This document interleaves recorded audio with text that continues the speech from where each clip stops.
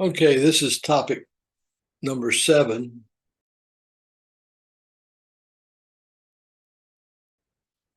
in my 10 topic series on retirement. This is aimed at people who are in the middle or lower income bracket, and hopefully it will help people focus on retirement and not get into a panic. So I would say that, to summarize this topic, it is possible as of this moment to retire on $3,000 a month and be comfortable with that. You can, of course, retire on less if you have to, but anything below $3,000 a month is really getting tight. You'll have plenty to eat, you'll have shelter, but doing the things you'd hope to be able to do in retirement may be beyond your reach. So let's get started. This is number 7.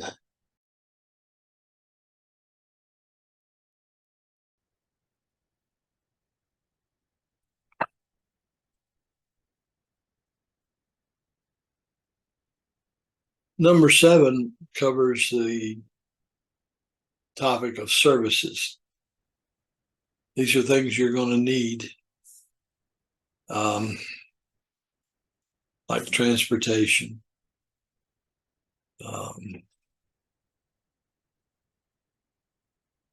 medical services.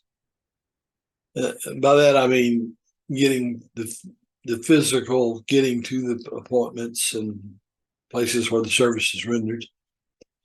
And then there's just deliveries in general. On this topic, those who feel like they've got to have a car at the ready in their driveway at all times so they can, on the spur of the moment, just take off and do something, that's going to be a budget breaker, particularly here in Florida. When you reach 75, the insurance rates get to be almost prohibitive. They're trying to get we old folks off the road. So even if you have a car paid for, which if you're going to in retirement, you should be debt free, you've still got that insurance cost that goes on whether you use the vehicle or not.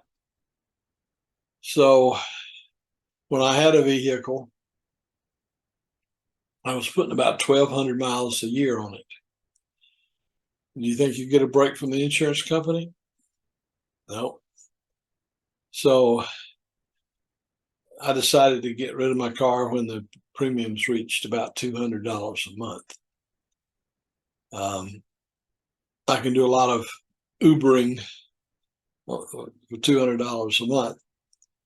And the other thing is, I don't enjoy, and never have enjoyed, getting out just to shop, which has turned out to be a blessing because I don't miss shopping. But instead, I use the delivery services that are just everywhere in every city of any size. Here in Central Florida, we've got Instacart, we've got Kroger grocery delivery, we've got Walmart grocery delivery. The one I'm using the most is Instacart because they provide delivery services for about 40 different retailers in this town, everything from hobby stuff to pharmacy to groceries to everything. Now, it's true, I pay a little bit for that service. I'd say on the average, it's about 15% more than me going to the store and getting it myself. But I don't have to pay for gasoline. don't have to put up with the aggravation of picking the groceries out, putting them in a cart, checking them out, carrying them to the trunk of my car, coming home, unloading, and putting the stuff away.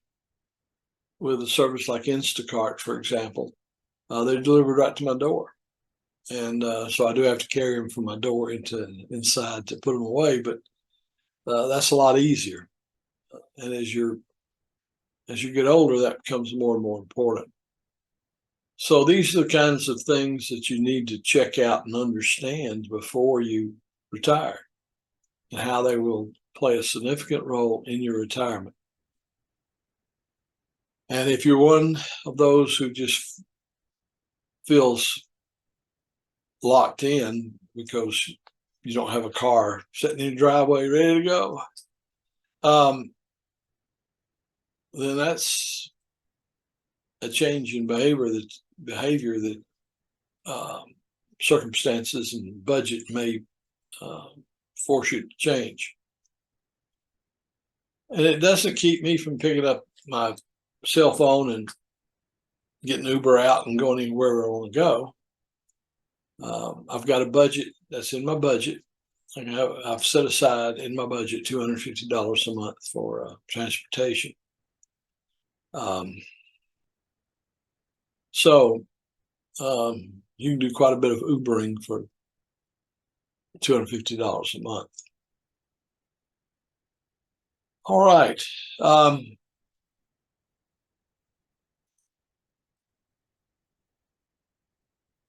For me,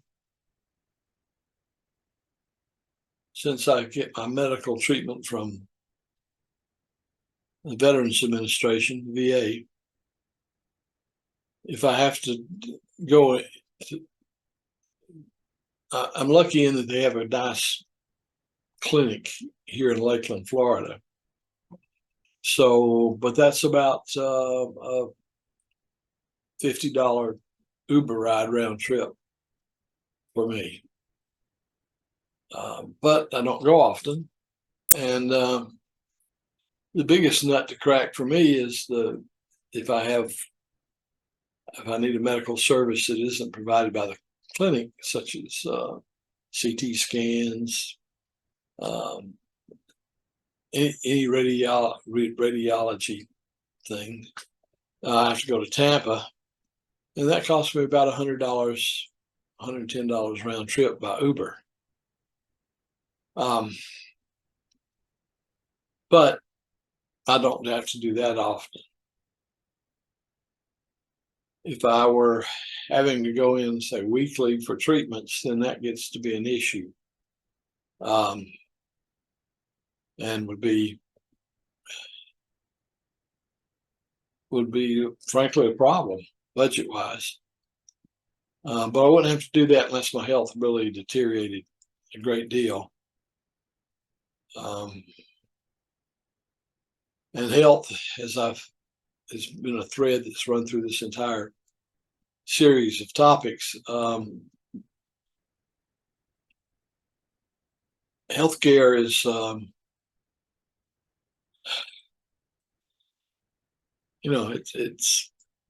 that's the ugly part of getting old.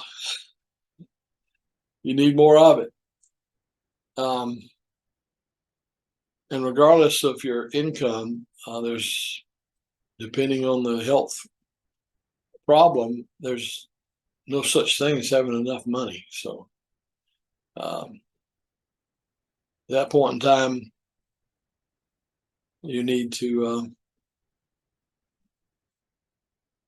consider where you're living, maybe get closer to the health facilities.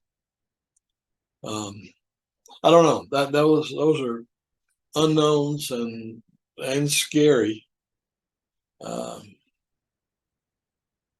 because it belies the saying that this retirement is your part of your golden years. It's golden until the old body breaks down.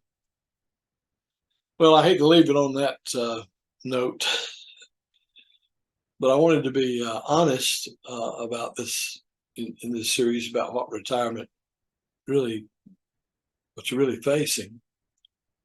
Um, I have a philosophy that I try not to worry about things I can do nothing about. And getting older is something I can do nothing about. It beats the alternative.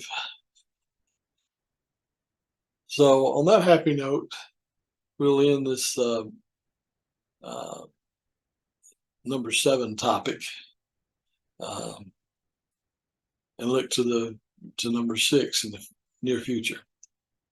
Well, have a good day.